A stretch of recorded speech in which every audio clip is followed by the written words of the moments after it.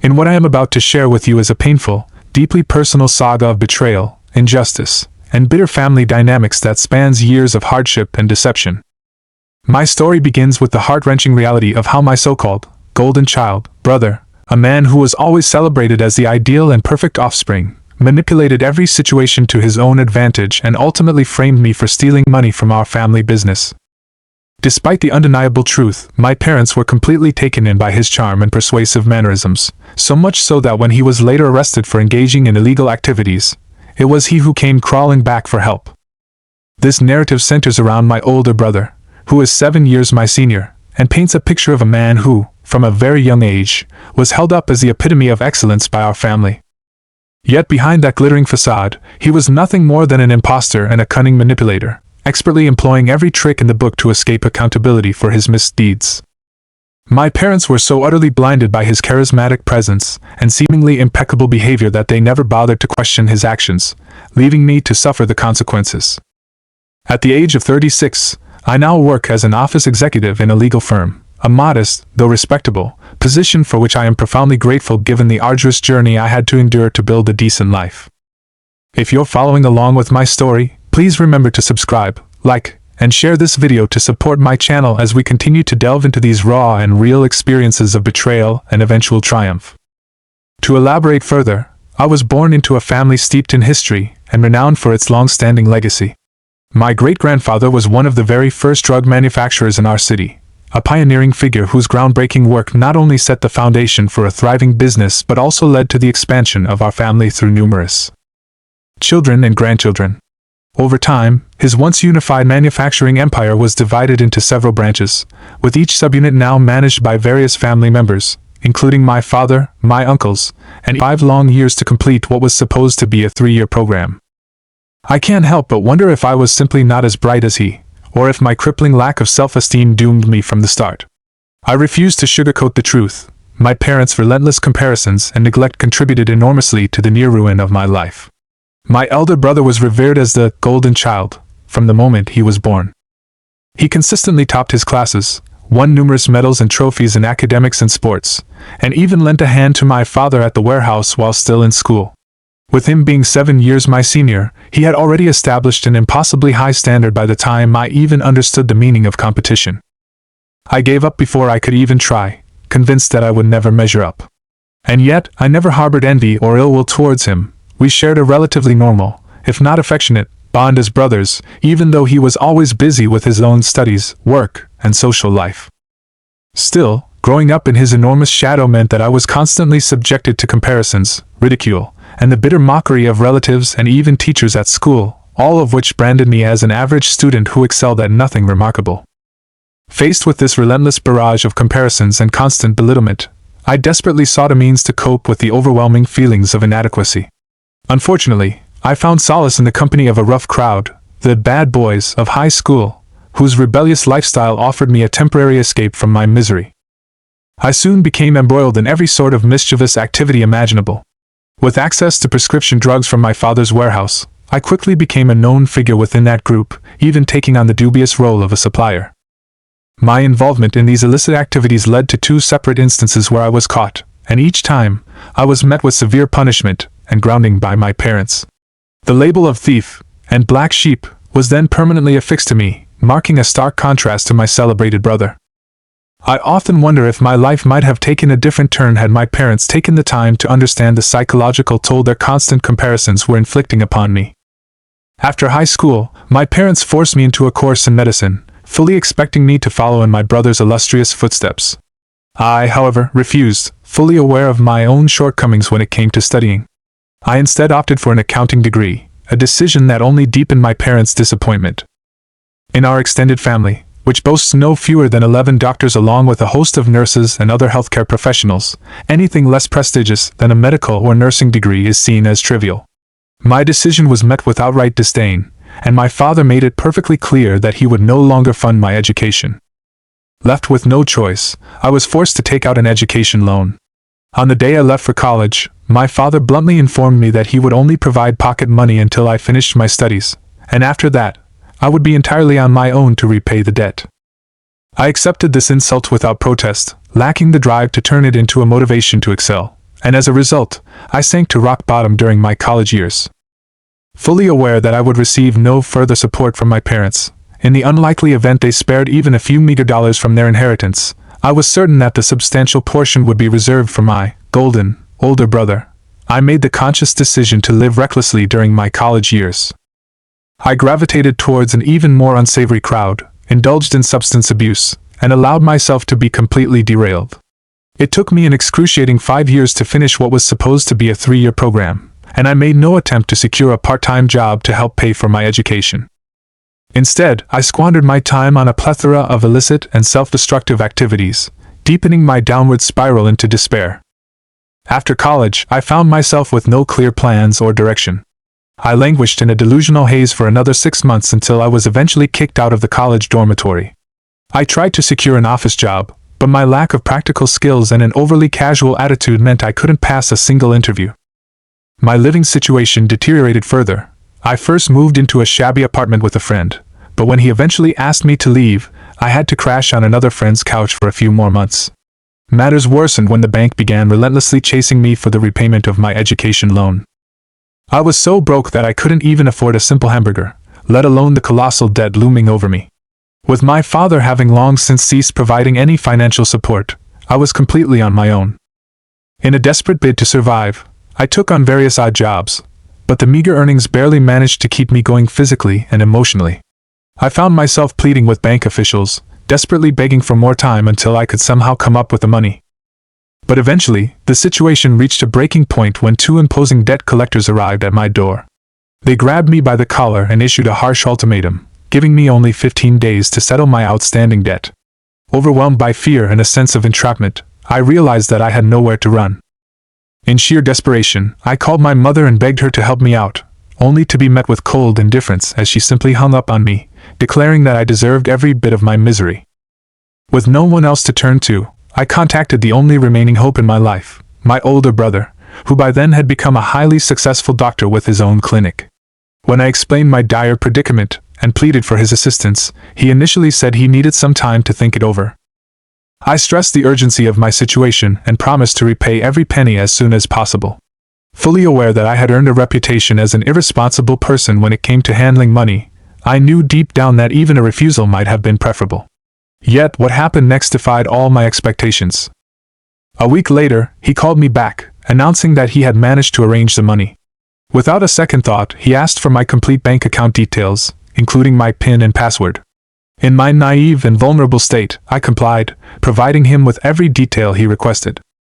The very next day, I was stunned to receive a text message informing me that my bank account had been credited with a sum of money roughly 4 times the amount of my entire education loan. Baffled and desperate for an explanation, I called my brother to ask why he had sent me so much more than I needed. He explained that he had liquidated one of his assets, and as a result, the entire amount was deposited directly into my account.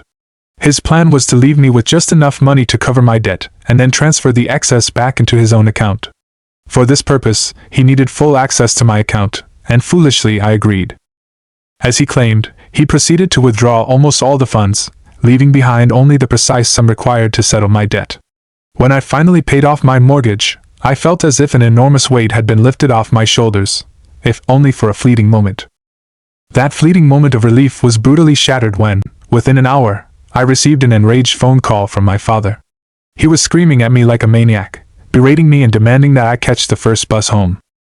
He accused me of stealing money from the family business account, a claim so absurd that I couldn't even comprehend what he was talking about. It never occurred to me that my own brother could have been involved in such a scheme, using me as a convenient scapegoat. The full horror of the situation hit me when I arrived home and was met with a vicious slap from my father, followed by a barrage of psychological abuse. I was accused of siphoning funds from the family business to pay off my debts. Astonishingly, my father had uncovered irregularities in his business account. Upon consulting the bank, he discovered that money had indeed been transferred into my account. Confronting my brother about this, my father was told a fabricated story, that I was the thief. To further substantiate his false claim, he even produced my bank statement to frame me. I was rendered speechless as my father meticulously recounted every detail, all while our extended family gathered around with expressions of disgust. In a trembling, barely audible voice, I managed to whisper, "Bro, it was you who transferred the money to my account." But he dismissed my words as if I had said something incomprehensible, flatly denying any involvement. Desperate to clear my name, I called the bank to ask for an explanation regarding the source of the funds. The bank official informed me that the money had come from an untraceable private account, information that clashed starkly with the clear records from my father's business account, which confirmed that the funds originated there. It became all too obvious that my brother had exploited my banking details to transfer money from our father's business account into my own, only to later funnel it into his private account without leaving a trace. I was utterly stunned that he could stoop so low as to commit such a betrayal for his selfish ambitions. In a moment of heated confrontation, I cornered him and demanded that he come clean, but he maintained his imposter facade, denying everything. Even worse, my parents rushed to his defense. After all, he was their golden child. Some family members claimed that there was no way I could have stolen the money, yet they offered no meaningful support. Instead, they merely suggested I try to recover it, a task that was utterly impossible without any leads. My father even threatened to involve the police and press charges against me, but my brother intervened, arguing that such action would tarnish the family's reputation. At first, I mistakenly thought his intervention was an admission of guilt, but I soon realized that it was a calculated move designed to protect him. If the authorities got involved, they might uncover the truth behind his devious scheme. He presented his interference as a favor to me, a means of saving me from the consequences of a rigged system, and insisted that I disappear from the family's life. Despite my innocence, I was made to feel like a common criminal in everyone's eyes. Overwhelmed by humiliation, I fled the scene, running through the streets in a torrent of tears, my heart shattered into a million pieces.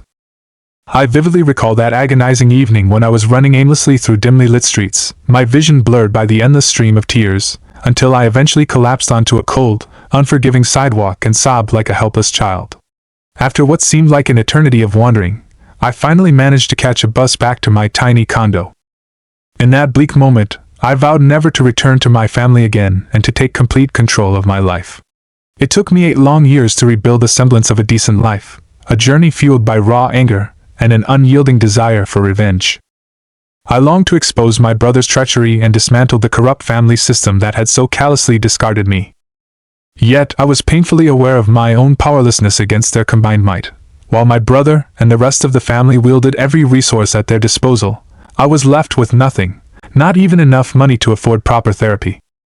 As time passed, I nearly managed to bury these traumatic memories deep within me. However, just a few days ago, fate intervened once again when my sister-in-law, yes, my brother's wife, appeared unexpectedly at my workplace. I hardly recognized her. After all, I had long since blocked all communications from my family on social media. Yet she had somehow managed to track me down, finding my current location through sheer persistence. She was there to seek help, pleading with me to assist in rescuing my brother from impending prison time, as he was now under investigation for selling prohibited drugs. When I asked if she was aware of our entire history, she nodded and then confessed a shocking detail. My brother had used the money I received to set up a clandestine side business manufacturing and selling illicit drugs. The operation had been exposed when someone reported it, prompting his accomplice to warn him, which led him to shut the business down a few months ago. Now, with the police closing in, his arrest was only a matter of time. I couldn't help but ask her why she had turned to me for help when, theoretically, there were plenty of family members who could have assisted her. She explained that the situation was far more complicated. The police had shut down all of our father's warehouses to me and, with my mind still reeling from past traumas, politely asked her to leave. The very next day, my mother called, her voice laden with desperate pleading as she urged me to help the family once again. She insisted that, as a family, we were meant to support one another no matter what. I couldn't help but burst into incredulous laughter at her practiced sermon on family unity. I demanded to know where all those grand promises of bonding had been over the years, especially considering how I had been consistently treated as an unwanted outcast. She simply brushed aside the past and insisted that it was time to come together as a family. To me, her words rang hollow and hypocritical. Frustrated and fed up, I abruptly hung up, instructing her never to call me again. Yet, within the hour, she tried reaching out once more and even left a voice message telling me, "Don't be a baby and act like an adult for once." Yes, I admit it. I might be a baby in some ways, but I had no intention of helping them now, even though I couldn't completely ignore the lingering sorrow over their suffering. I had spent countless months meticulously planning my revenge. a plan to finally make them pay for the humiliation I had endured. Now that karma was catching up with them, I felt a complex mix of emotions, part satisfaction, part sorrow, and a heavy dose of bittersweet vindication. I must also mention that the overwhelming response to my post on social media has truly blown my mind. Your empathetic messages, saying that my brother deserved every bit of what he got, and that my parents should also taste the bitterness of their actions, have meant more to me than you can imagine. Call me a devil if you must, but I've decided to use this moment as an opportunity to avenge my humiliation once and for all. So when my mother called me yet again, pleading for help, I agreed to return home to discuss the situation further. When I arrived, I was greeted by an outpouring of affection and concern, a stark contrast to the cold treatment I had received in the past. I made it very clear from the start that I was not there for any more of their petty nonsense. My brother had recently moved back into our parents' house with his wife and children, even though his own property had been seized pending the ongoing investigation. Amid the chaos, everyone pleaded for my assistance. Overwhelmed with emotion, my brother broke down in tears and tried to embrace me, but I forcefully pushed him away, reminding him that years ago, when I was desperately pleading for help, no one had come to my rescue.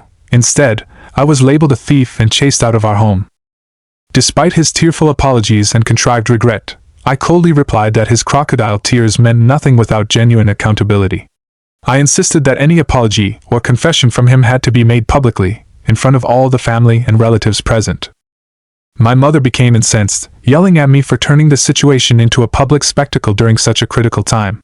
I retorted that it wasn't my problem. If they truly wanted help, they would have to agree to these conditions. In a desperate, almost pathetic attempt to garner support, they called every family member, pleading for someone to step forward. Yet, most of our extended family either completely ghosted us or outright refused to get involved, fearful that any association with our crisis might bring them legal troubles. My mother had no choice but to remind everyone that this situation was about me, and that my brother needed to confess in front of everyone. Eventually, a few uncles and aunts arrived, some driven by genuine concern, while others, the notorious gossip mongers, saw the unfolding drama as prime material for spreading scandal, popcorn in hand. In the midst of this charged atmosphere, my brother finally confessed before everyone present that he had stolen money from the family business to launch his illicit side hustle, using me as a scapegoat. When I demanded to know why he would do such a thing to his own brother, he coldly explained that our father would never have approved of his unconventional business idea and that I was in a vulnerable state at the time, an excuse that revealed nothing more than his ambition and treachery. By setting up his own manufacturing unit, establishing his own clinic, and even buying a house before the age of 30, he managed to garner praise for what was superficially presented as hard work, when in reality, it was his deceit that had paved his way to success. One of my uncles, who had always had a softer spot for me, expressed regret that he hadn't been able to help me back then, while also remarking that my brother's actions were obvious in hindsight. One simply cannot be a thief. He even expressed a quiet pride in how I had managed to claw my way out of rock bottom without succumbing to despair. Meanwhile, my father, with a tone both accusatory and desperate, insisted that since I had once demanded special treatment, now it was my turn to help extricate the family from this mess. I offered to request legal representation from my firm, but I made it clear that my services wouldn't come free. This remark infuriated my father, who snapped back that if they had the money, they could have easily hired another lawyer. In implication, why did they need my help? I countered by asking what they expected, that I should pay for my brother's attorney fees to save him from prison time after he had framed me and turned my life into a living hell? My father grew increasingly agitated, and even my mother, Linda, tried to interject that she would handle things. I bluntly stated that we had wasted far too much time seeking help from someone who had proven himself utterly useless, and reminded them that, at least, I was not a fraudster. Despite the deep betrayal inflicted by their golden child, they continued to rally behind him. I warned them that if they persisted in supporting him, they should be prepared to go down with him. With that, I left, convinced that my part was done and that I had finally exacted my revenge. I'm not entirely sure if, by doing so, I truly helped my parents escape this quagmire, but nothing could infuriate me more than witnessing them continue to support my brother, disowning and humiliating me over the very theft I did not commit. Their double standards are something I can no longer abide, and I told them to live with that harsh reality. In the aftermath of this explosive confrontation, I received numerous calls from cousins, uncles, and aunts apologizing for not standing up for me when I needed them the most. I simply told them that it no longer mattered, no one had supported me during my darkest hours. Later, I learned from several relatives that my brother had been arrested last month on charges of manufacturing and selling drugs that are not FDA approved. He has since been sentenced to 8 years in prison, although his attorney is now fighting to reduce his sentence, while my father has so far managed to avoid arrest, with his involvement in my brother's illicit business being ruled out by the authorities. Life has turned grim for my brother. For instance, his warehouse was seized for over 5 or 6 months, effectively bringing his entire operation to a halt. Moreover, health department officials have been conducting unannounced inspections and maintaining constant vigilance over his activities, actions that have inflicted considerable mental stress and disrupted his business operations. As any business owner knows, becoming entangled in legal troubles is disastrous. No one wants to be associated with an enterprise that draws the attention of law enforcement. Unsurprisingly, he has lost many of his regular suppliers and customers. Some relatives have even remarked that my parents seem to have aged a decade in the last 6 months, now regretting the blind trust they placed in their so-called golden child. And yet, despite all this, my parents still refuse to acknowledge the pain they inflicted upon me. They continue to ignore me entirely. I made it clear that I no longer need them in my life. One of my uncles, particularly close to my father, mentioned that my parents are now considering selling off all their assets and relocating to a secluded part of town, or perhaps even to the countryside, where they can escape the constant judgment and gossip from neighbors and relatives. Meanwhile, my sister, left with nowhere else to go after my brother's arrest, has been forced to move in with our parents. I can't say I feel completely satisfied or overjoyed by all these developments, but there is a measure of solace in knowing that, at long last, the truth has emerged and that justice is being served. Now allow me to shift gears and share with you another deeply personal story, one of heartache and betrayal from my college years. In this second tale, I found myself reeling from the shock of catching my college girlfriend cheating on me with a group of frat guys at a party, a discovery that would alter the course of our relationship forever. Unable to bear the betrayal, I eventually reported her actions to her sorority, which led to her being expelled from the organization. Let me take you back to when my girlfriend and I first met during our freshman orientation at university, a vibrant, week-long event designed to welcome first-year students. We were placed in the same orientation group, and from the very start, we clicked.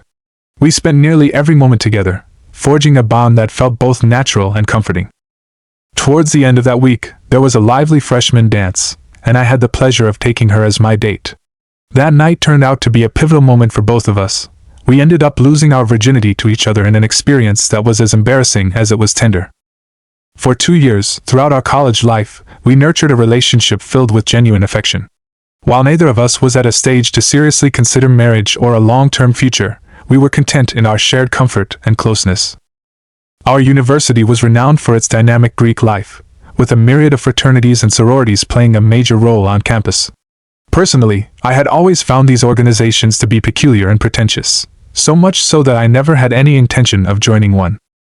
In stark contrast, my girlfriend had long dreamed of joining a specific sorority, and when choosing her college, she was determined to rush that sorority at the earliest opportunity. During the summer between her freshman and sophomore years, she eagerly pursued her goal and successfully became a member of the sorority she had coveted for so long. I was genuinely happy for her because I knew how much it meant to her, but I couldn't shake the nagging unease that accompanied the idea. This particular sorority, in my eyes, was the very embodiment of everything I despised about Greek life. The members all appeared to be clones of one another, and her schedule quickly filled up with sorority obligations, leaving her with little time for me. Before joining the sorority, we used to talk every day, maintaining a close connection. However, once she became a member, our communication dwindled until we were barely in touch via texts. Concerned about the growing distance between us, I finally arranged to meet her for lunch to express my worries. She reassured me that the situation was only temporary and that once she was fully settled in the sorority, things would return to normal, emphasizing that the last thing she wanted was to break up with me. During that lunch, she also detailed some of the ridiculous rules imposed by the sorority, guidelines dictating how they should dress, whom they were allowed to date, and the strict conduct expected of them at all times to positively represent the sorority to potential new members. As the weeks turned into months, the gap between us only widened.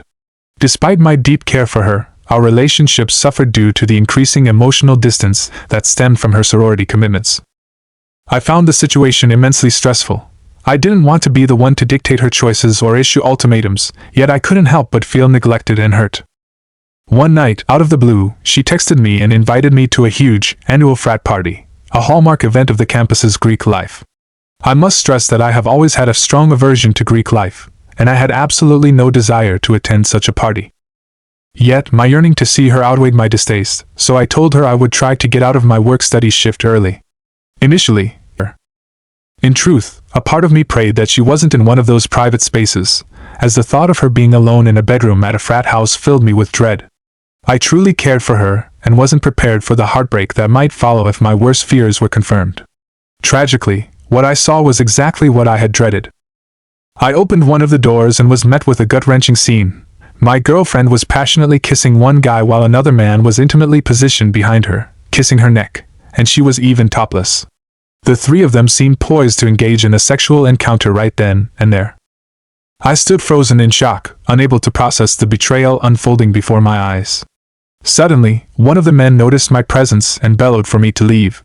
In that moment, my girlfriend's eyes met mine. She rushed toward the door as if to explain herself.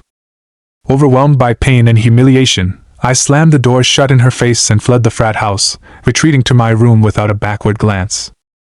After that ordeal, my phone was bombarded with frantic messages and calls from her. She was desperate to reach me and explain herself. But I couldn't bring myself to respond. The shock and betrayal were too overwhelming.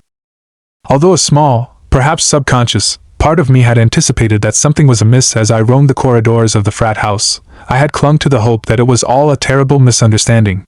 Yet, the reality was undeniable, and the betrayal cut deep.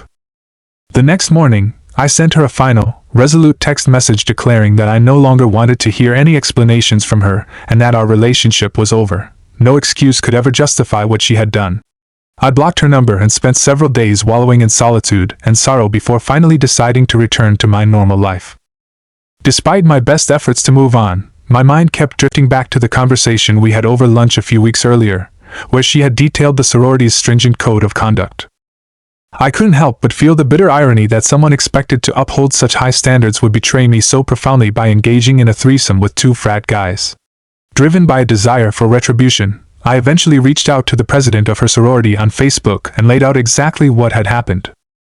I didn't have high hopes that this disclosure would make a significant difference, but if it could tarnish her reputation even a little, that was enough for me. Initially, the sorority president simply left my message on read, without any acknowledgement.